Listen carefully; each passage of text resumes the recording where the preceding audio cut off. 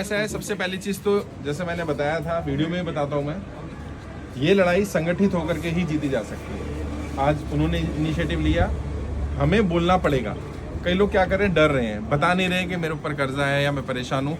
ये समय डरने का, चुप रहने का नहीं है, ये समय अपनी बात रखने का है। ज्यादा से ज्यादा लोगों को बताओ। मैंने आज भी सुबह एक वीडियो डाली है, उसमें मैंने बोला है जितने भी मंदिर हैं, मस्जिद हैं, गुरुद्वारे हैं, चर्च हैं, उनके सभी पंडितों से, पादरियों से, मौलानाओं से, जितने ग्रंथी हैं उनसे भी रिक्वेस्ट की है मैंने कि वो अपने यहाँ पर अनाउंसमेंट करें। और क्या करना है, सिर्फ एक अनाउंसमेंट करनी है, कोई भी व्यक्ति कर्जे के कारण सुसाइड ना करे। सरकार के आंकड़े 50,000 से ज्यादा व्यापारी पिछले 5 वर्ष में कर्जे के कारण सुसाइड कर चुके हैं, उसमें उनकी गलती नहीं है। नोटबंदी, जीएसटी, लॉकडाउन, ये 3 सबसे बड़ी समस्याएं रही हैं और इस समस्या का समाधान व्यापारी ही कर सकता है। व्यापारी जब संगठित होगा, बताएगा लोगों को। समस्या क्या आती है, हर कोई परेशान है लेकिन बता नहीं रहा है, शर्म में, झिझक में, यार लोगों को पता ना चल जाए मुझ पर कर्जा है। लेकिन जब बैंक आएगा, बैंक दुकान सील कर देगा, घर सील कर देगा, प्रॉपर्टी बेच देगा, तब तो पता चल ही जाएगा ना। तो उस बदनामी के डर से बड़ी बदनामी को हम इन्वाइट कर रहे हैं और कोई गलत कदम तो नहीं उठाना है।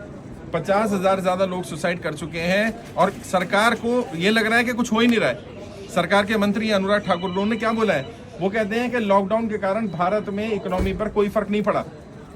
मतलब सरकार के लोग कहाँ, जमीन पर नहीं रह रहे क्या? और मैं आप लोगों से पूछना चाहता हूँ, क्या लॉकडाउन के कारण इकोनॉमी में फर्क पड़ा कि नहीं पड़ा? सबसे ज्यादा फर्क उसी से पड़ा है। आज भी वो एक व्यापारी आए थे, वो होटल वाले, वो व्यापारी आपके जो मित्र हैं वो आए थे, बेचारों ने, उन्होंने बताया 15 लाख का उन्होंने काजू उनको जलाना पड़ गया। हमारे 14 लाख का गया। हाँ, इतनी स्थिति खराब है और सरकार ये मान रही है कि लॉकडाउन से कुछ फर्क ही नहीं पड़ा इकोनॉमी में। सबसे ज्यादा फर्क उसी से पड़ा है। लेकिन सरकार को पता कैसे चलेगा? सरकार तक अपनी बात पहुंचानी पड़ेगी। मैं क्या कर रहा हूँ, मैं आपकी बात पहुंचाने की कोशिश कर रहा हूँ, लेकिन मैं हर जगह नहीं पहुंच सकता। मैं गोवा में आ गया, आज मैंने एक केंद्र खोल दिया, ये भाई पुणे से आए हुए हैं और भी टीम अलग अलग जगह से है।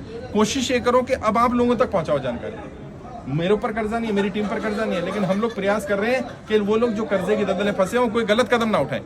पहली प्रायोरिटी हमारी यही है कि कोई भी गलत कदम ना उठाया जाए, कोई व्यापारी कर्जे के कारण सुसाइड ना करे। इसमें उसकी गलती नहीं है, इसके लिए सरकार की गलत नीतियां जिम्मेदार हैं। और सरकार व्यापारी को बहुत सारी राहत दे सकती है, या तो लोन माफ कर दे, जिसको वेव ऑफ बोलते हैं। वेव ऑफ नहीं कर सकती, राइट ऑफ कर दे। बड़े बड़े उद्योगपतियों को राइट ऑफ किया जाता है। अच्छा, राइट ऑफ नहीं कर सकती, एक नई टर्म आई है अभी, अंडर राइट कर दे। एसबीआई ने क्या किया, एसबीआई ने अदानी का 20,000 करोड़ से ज्यादा का लोन अंडर राइट कर दिया। अंडर राइट में क्या होता है, बैंक ने जिम्मेदारी ले ली कि मैं जिम्मेदारी लेता हूं कि अदानी पैसा भर देंगे, इन्हें कोई इंटरेस्ट नहीं पे करना, कोई पेनल्टी नहीं लगेगी इन पर। तो बड़े बड़े व्यापारियों की भी जिम्मेदारी ले लो यार। व्यापारी यही तो कह रहा है, या तो उनका लोन माफ कर दूं या उन्हें 2 साल का समय दे दो। आज सुबह भी जो व्यापारी थे उन्होंने क्लियर कहा कि मेरे ऊपर जो पेनल्टी, सरचार्ज, इंटरेस्ट लगे हुए, इंटरेस्ट पर इंटरेस्ट लगा, वो हटवा दो, बाकी तो मैं पे कर दूंगा। समस्या क्या है, सरकार को पता ही नहीं है कितनी दिक्कत है, और वो दिक्कत सरकार तक पहुंचाने की हमारी आपकी जिम्मेदारी बनती है। अपने लिए तो यार जानवर भी जी लेते हैं। इंसान वो है जो दूसरों के दुख को दुख समझे, दूसरे की परेशानी को परेशानी समझे। मैं दिल्ली से गोवा क्यों आया या पूरे देश में क्यों घूम रहा हूँ, मेरे ऊपर तो कर्जा नहीं है। सिर्फ लोगों को अवेयर करने के लिए कि कर्जे की दलदल में अगर आप फंसे तो इसमें आपकी गलती नहीं है। इसके लिए आप अपने आप को दोषी मत ठहराओ। लोग क्या सोच रहे थे, अपने आप को दोषी मान रहे थे, गलती मेरी है। जब पता चला इतने सारे लोग परेशान हैं, तब लोगों को लगा नहीं यार, मेरी गलती नहीं है, बहुत सारे लोग हैं जो परेशान। संगठित होकर के हम ये लड़ाई लड़ेंगे, हम जरूर सफल होंगे। और मैं स्पेशली मैंने कहा नहीं, जब वो इतनी उम्र में, कितनी एज है आपकी जी, 65 उम्र में उन्होंने केंद्र खोला सबसे पहला, तो मेरी जिम्मेदारी बनती थी कि मैं उनके आऊं। उन्होंने नहीं कहा, मैंने कहा कि मैं आऊंगा आपके यहाँ पर। भाई यही तो प्रेम है, यही तो अपनापन है। वो और उनका बेटा दोनों प्रयास कर रहे हैं, वो एक्टर भी रहा है, कई मूवीज में एक्टिंग की है उन्होंने।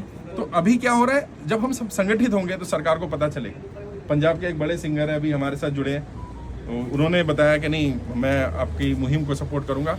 उनके खुद के ऊपर भी कर्जा है, लेकिन उनका बेरा अपना कर्जा इंपॉर्टेंट नहीं है। जो पंजाब में लोग सुसाइड कर रहे हैं, कम से कम उन्हें पता चले कि आगे आओ, बोलो। मैं बार बार बोलता हूँ, कीमत चुकानी पड़ेगी, चुप रहने की भी और बोलने की भी। चुप रहने की कीमत आप भी चुकाएंगे और आपकी पीढ़ी भी चुकाएगी, बोलने की कीमत हो सकता है आपको चुकानी पड़े। और इससे डरने से, घबराने से कुछ होने वाला नहीं है। सरकार पर अब दबाव पड़ रहा है। जब ये संख्या 50,000 थी तो सरकार पर ज्यादा दबाव नहीं था। जब ये संख्या 1 लाख हुई, सरकार में थोड़ा दबाव पड़ा। अभी 2.5 लाख हो गए। सोचो जिस दिन ये 25 लाख हो जाएंगे उस दिन क्या होगा, जिस दिन ये 50 लाख हो जाएंगे, जिस दिन ये 1 करोड़ हो जाएंगे उस दिन क्या होगा। सरकार घुटनों पे आ जाएगी साहब। आपके यहाँ आकर के सरकार को बोलना पड़ेगा। और हो सकता है सरकार के लोग आ जाए, अधिकारी आ जाए, पूछे आपसे, जो जेन्युइन स्थिति वो बताओ। कि भैया जो लोन भर सकता हूँ बता दे, मैं भर सकता हूँ, जो नहीं भर सकता बता दे मेरी स्थिति नहीं है, मुझे या तो 2 साल का समय दे दो या मेरा लोन माफ कर दो या पेनल्टी सरचार्ज हटा दो, मैं खुद कर लूँगा, सर्वाइव कर लूँगा। तो आपने बहुत अच्छा इनिशिएटिव लिया है, मैं आपके इस इनिशिएटिव को सपोर्ट करता हूँ और मैं चाहता हूँ कि बाकी सब लोग भी आगे आएँ, बताएं अपनी स्थिति के बारे में, सरकार को पता चले। जो सरकार के लोग ये बोल रहे हैं कि लॉकडाउन के बाद या कोरोना के कारण अर्थव्यवस्था खराब नहीं हुई, उन्हें पता चलना चाहिए सबसे ज़्यादा अर्थव्यवस्था तभी खराब हुई है। बाकी अभी पहला मेरा दौरा है गोवा का, इसके बाद मैं दोबारा आऊँगा तो कोशिश करेंगे बड़ी सभा करें। गोवा में ऑलरेडी हमारे साथ 200-250 लोग जुड़ गए हैं, 1000-2000 लोग हो जाएंगे तो एक बड़ी सभा करेंगे।